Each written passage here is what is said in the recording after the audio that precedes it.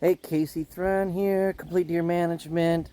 Problem I face a lot here in central Michigan while food plotting, this is one of my food plot clients, is right here. So I planted this cereal rye, winter rye, last fall, last August, 100 pounds to the acre. And in my utilization cage right here that the deer can't reach into, it is chest high. Almost to the dough stage, there's not quite much moisture in it. But all around here, where the deer can get, there's hardly anything, and it's all grass. And grass is not very preferred by deer, hardly at all. So we have two problems. We have too many deer that the habitat can't support, and we don't have a good habitat, obviously, to support the deer that's on it. So the surrounding area, the habitat, the trees and the shrubs and the forbs and everything else that is a main staple of a deer's diet. These food plots are supposed to be like the dessert, the get you over the edge, the nutritional part. But since cereal rye is the first thing to green up in the spring, the deer just hammer it, as they should. But a lot of some of my places, they'll lay off of it. Where there's good habitat, they lay off it. When other things start greening up, they start hitting all those things, and it allows the food plot or the rye to grow up like this. With this, I can plant right into the regenerative farming I'm trying to accomplish, plant the soil builder in, and shouldn't have to spray it. That's what I'm trying to do, is reduce or eliminate spraying glyphosate, cultivating, and fertilizer.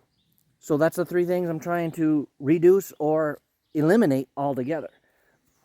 Now I'm going to have to come in, spray glyphosate, and then plant it. And so I'm trying to eliminate, but this is the problem I have here. And a lot of the hunters here, landowners, they just want either food plots put in and then they just bait anyway, or when they do their habitat work, if they a lot of times don't get a good plan in order with a forester or a habitat consultant, and you're left with this.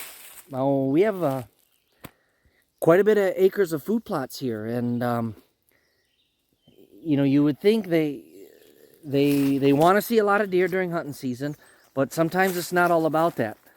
This is the plot, this is the property that I did the hinge cutting on earlier this spring with the snow still cutting. You can go back and look at that episode where they did not have the loggers did not cut it correctly, and we run into these problems. So trying to eliminate. Okay, hey, Casey Thren here, Complete Deer Management. Got all this stuff on because I'm mowing, and the dust and everything is just killing me. But yesterday I posted a quick video about cereal rye getting ate off. Well, here is a field, a different area of the state, that it's not completely ate off. So that tells me the deer numbers are fairly good here. Always see deer when I come over here, but look at the ground here. I can see a lot of the ground, and I'll be able to plant into this. And what I'm going to do, because I don't have a roller crimper and my planter has those slotted discs on the front of it, I'm going to plant one way, or I'll just go over it one way, and then I'll plant crisscross. So I'll be crimping it with that planter. I did the same thing to this exact plot last year, and the results have been fantastic. I think it's episode 104. You can see me doing that. Well, you can see the difference in this rye in the utilization cage here is, I'm 5'10". It's over my head. It's just as tall and over my head, and then out of the cage is not quite chest high. So they did eat, that much, but they laid off it and then was eating something else. But I'll show a video of when I'm planting this, what it looks like.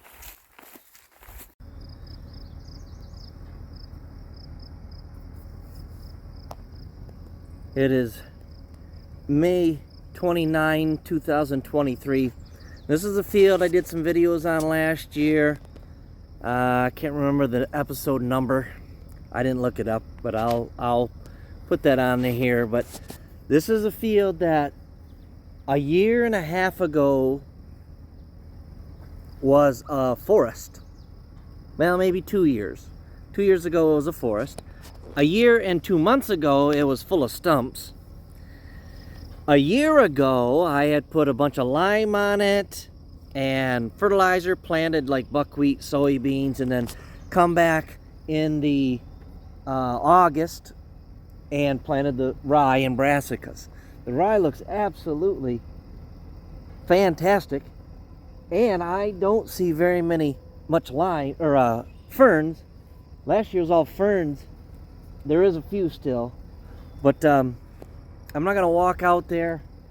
I do have to be careful of baby fawns, but let me show you what I've got going on. The sun's right in my face.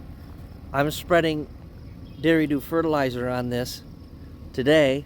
I got to put some more lime on it so I can get that right tonnage, and then we're going to plant this with the summer browse, and I think I'm going to double plant it and just knock this stuff down. It'll be great. Casey Thren here, Complete Deer Management. I feel the need to explain myself what's going on in this particular location. Deer numbers are average here, or probably a little lower, but there is a lot of agriculture around here. So the rye, cereal rye from last year, came up pretty well this spring, and I got a pretty good stand here. This is a stand that a year and 2 months ago, this was all stumps. You can see if I had them stumped, they're all lined up along the edges. The pH was very low. I put 4 tons of lime on this. This is almost, I think this is an 1.5 acre field right here. This year I put another 2 tons of lime on it, and I also put 2 tons of Layered Ash Blend Morgan's Dairy Dew on it. So we're getting a lot of biology in the soil with that. And again, I don't have a crimper, so what I'm going to do is take my planter and go over this one way, and then I'll put my seed in and I'll cross cut it and go over a different way to lay it down flat. Some people have been saying, oh, should we be planting right now? It's June 4th and we haven't had any rain in about a month, and there is no rain in sight.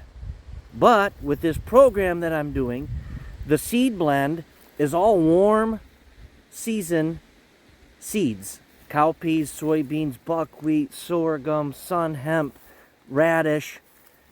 And those seeds both like nitrogen, and some seeds like a lot of potash. And those seeds need to be in the ground to start putting biology and microbes into the soil. And then what'll happen here, I'm planting June 4th, I'll come back in about 60 days. If it hasn't rained, I may not plant. If it has rained and we've got a pretty good crop, and it's middle of August, I'll plant the fall blend again with rye, triticale. I'm not quite sure what our fall blend is going to be yet, but hopefully by laying down this rye, this will help hold whatever moisture I do have in the ground, protect the seed. Again, I'm not tilling, so I'm not disturbing the soil too much as far as if there is any moisture in there. The rye will act as mulch, protect the seed, hopefully protect it, make it a little cooler underneath on the seed. You can see a lot of the soil. Most of the field looks just like this. There's a lot of dirt showing. And it's shaded. It's been shaded by this rye, even though, it's, you can see a lot of it. So that is my plan.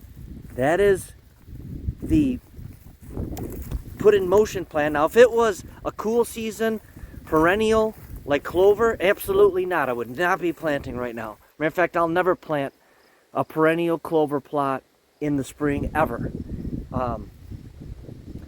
I am planting some clover today, but it's over there. And I'm also planting some switchgrass today, breaking up this field. So that's another reason I wanted to get it all in as well. Okay, I want to show you what the rye looks like. I went over it once.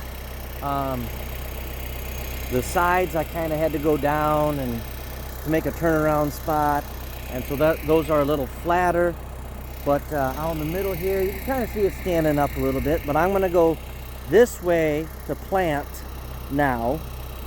And I know Dr. Grant Wood said he takes his no-till drill and plants right in the stand instead of trying to plant through all of this vegetation. Well, this vegetation ain't quite as thick. If it was, I probably would have planted it first and then maybe just went back over it crossways. I've done it both ways. That's why I kind of really like this semi no-till planter that I have. It's a Woods YPS 60, 60 inch, 5 foot.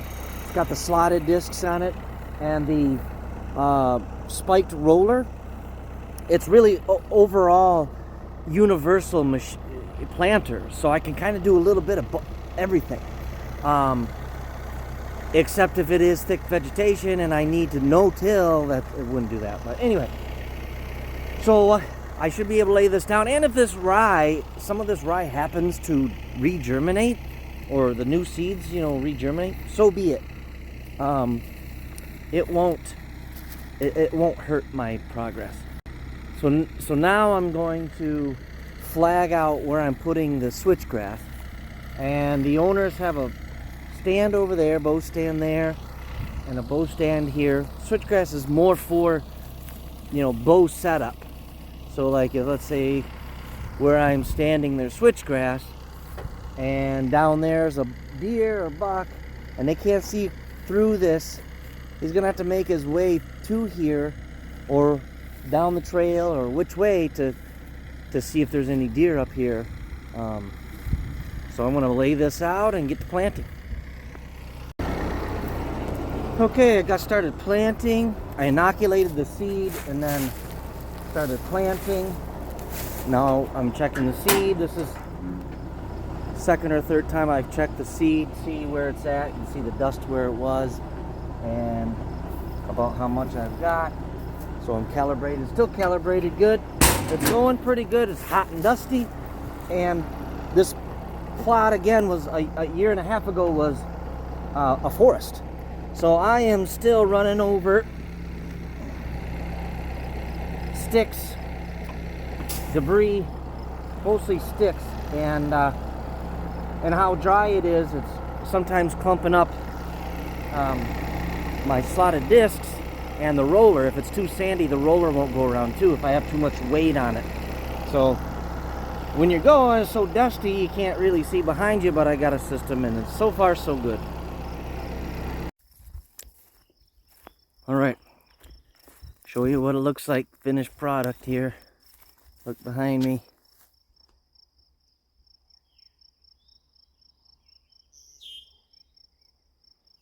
Looks pretty good. Again, no rain in sight, but hey, we got the seed down. It'll sit there till it rains, and hey, if it grows, we got ourselves a success.